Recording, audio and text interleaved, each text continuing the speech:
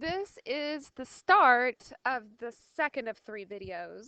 This will be a video that is split in half, but it'll still be this part 2, so 2A and 2B.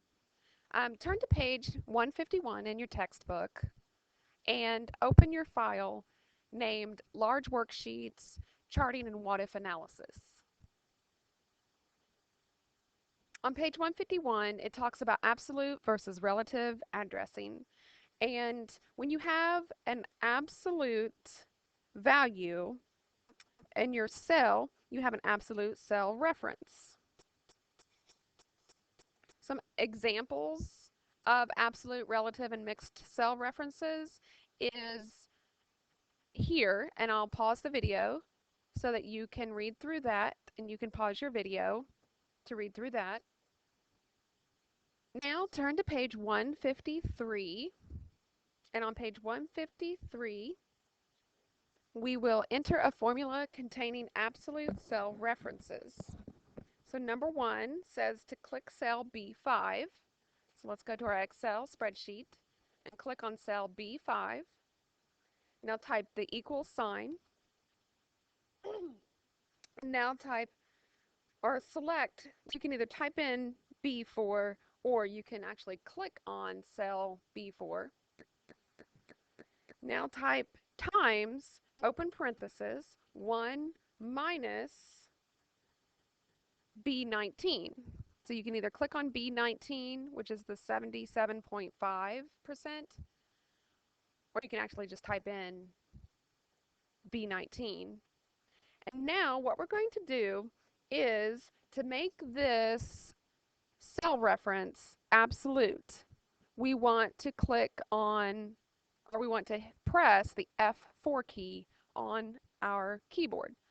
So find the F4 key at the top of your keyboard and press that, and after you've done that, you'll notice that there's a $sign in front of the column B, and there's a $sign in front of the row 19. The $sign means that this is an absolute reference. It will always refer to that particular row and that particular column. I do not know why they picked the $sign. It was a little confusing when I first started learning Excel many moons ago, but when you have the $sign within your formula, that means that is an absolute reference. So let's go ahead and finish this, and I'll continue to explain that. So to finish that, type in a close parenthesis. Now we want to click on the Enter box, and so that is the check mark at the top near your function bar. So click that to enter, and it gives us $10,125. Now let's go back to the formula. As you can see, we put in the equal sign as always whenever we want to start a formula. Then we referenced cell B4. So there is no $sign in front of the B. There is no $sign in front of the 4. So if we were to copy this formula over, that would change, and Excel would say, do you want me to put C4 for this one, which would indicate the $52,000 in revenue for May. And then if we went over to copy that again into the D5, the formula would change to equals D4, which would indicate the $67,000 of revenue that was accrued in the month of June. That would change. So that Excel would say, do you want me to do C4, D4, E4, however long you copy that. Now, this number 1 would not change either. However, this and this will change because we have, or I'm sorry, it will not change. The 1 won't change either because that's not a reference to any cell at all. It's just the number that we said we wanted to put there. So why did we put that number there? Well, if we look at B19, we notice that it is a margin, a percentage. It's 77.5%. And if we take 1 minus 77.5%, that gives us 22.5%. We take 45,000 and divide that by, oops,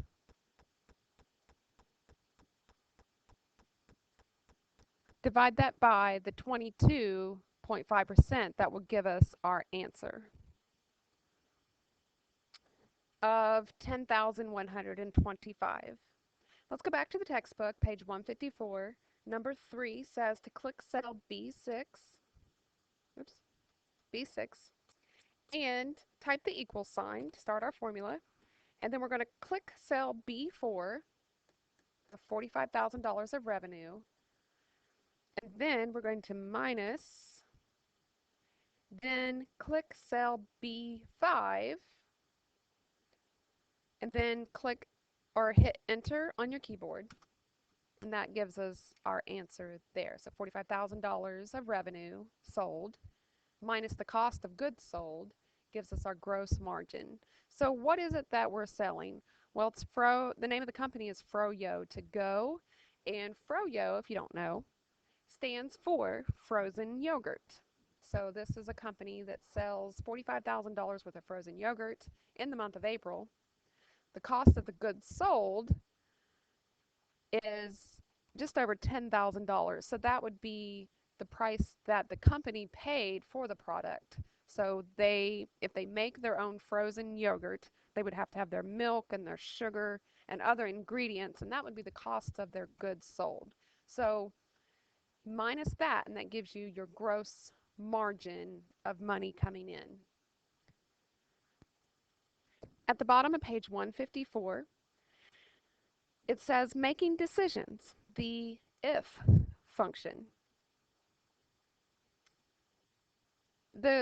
If you program the computer or you tell Excel what you want it to do, then you can type in your numbers and it will give you the answers. This decision-making process that we're going to work on today is a logical test. Turn to page 155 in your text. The decision-making process is a logical test.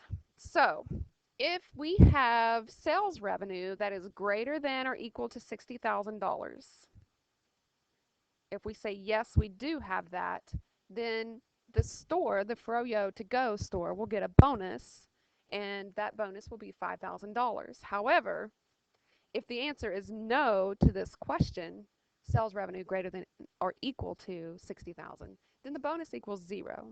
So in Excel, you can use the if function when you want to assign a value to a cell based on a logical test. Some of the logical tests that we can use, comparisons. So you can have equal to, you can have less than, greater than or equal to, less than or equal to, or not equal to.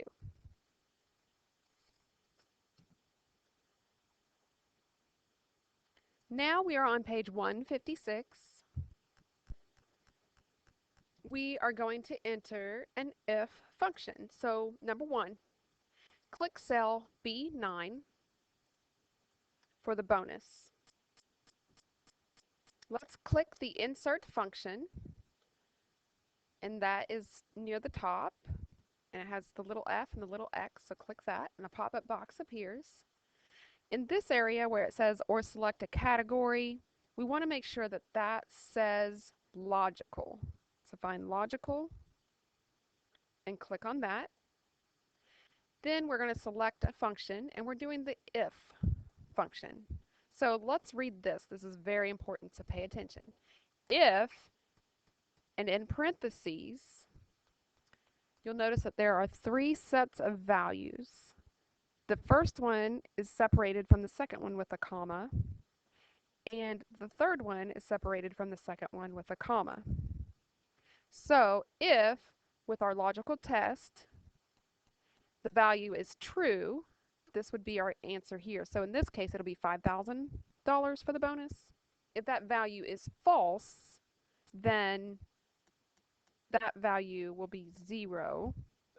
Our logical test is whether we've made enough money to deserve the bonus, which in this case is $60,000 in sales for 1 month. So let's click OK. So here we go. Logical test. This is also number 2 on page 156. You'll want to type for logical test if B4, and B4 is right here. This is our revenue for April, which is $45,000. But we don't want to type in $45,000 because it changes in May, and it changes in June, and every month and every year it'll be different. So we just want the value that's in B4. And we are going to say if that is greater than, and you can find the greater than on your keyboard by holding down the Shift key and typing the period key. And then we're going to say if it's greater than or equal to the absolute value in row, or I'm sorry, cell, column, the column, in column B. So type in $sign for absolute value and B for the column. And then we also need another absolute value. So type another $sign and now type 21. So what that is saying is that in B21, the sales revenue for the bonus is $60,000. So if that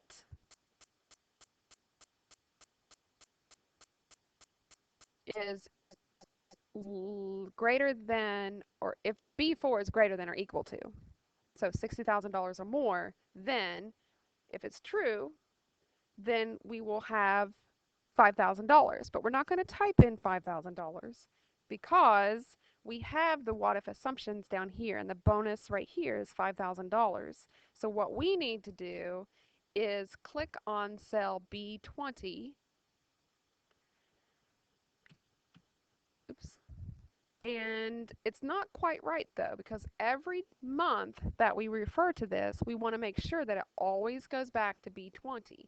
If we copy this into other cells, it's going to change to C20, D20, E20, or if we go down, it'll be B20, B21, B22, B23. And we don't want that. We want it to always refer to that particular cell. It's absolute, it's always, it's constant. And to indicate that, we'd put the $sign in front of the B and a $sign in front of the 20. Now, so it tells us if this, just kind of ignore that right now, but if this test is true, equals 5,000. If false, then it'll be 0. So just type in a 0. There's no particular cell where that will go.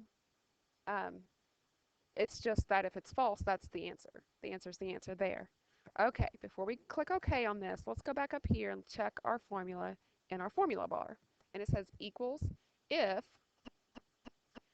B4 is greater than or equal to always whatever's in B21, comma, then if it's true between this comma and this comma, then the answer will be the always whatever's in B20, which in this case is 5,000.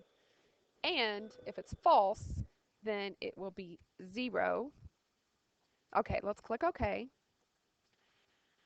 And that's not right. Oh, yeah, it is right, because what we have in B4 is not greater than or equal to $60,000. So there's no bonus. So that is correct. All right, everyone click save. And I I'm going to pause the video here and go ahead and upload it to YouTube. And this is going to be part A, and then you can come back and do part B.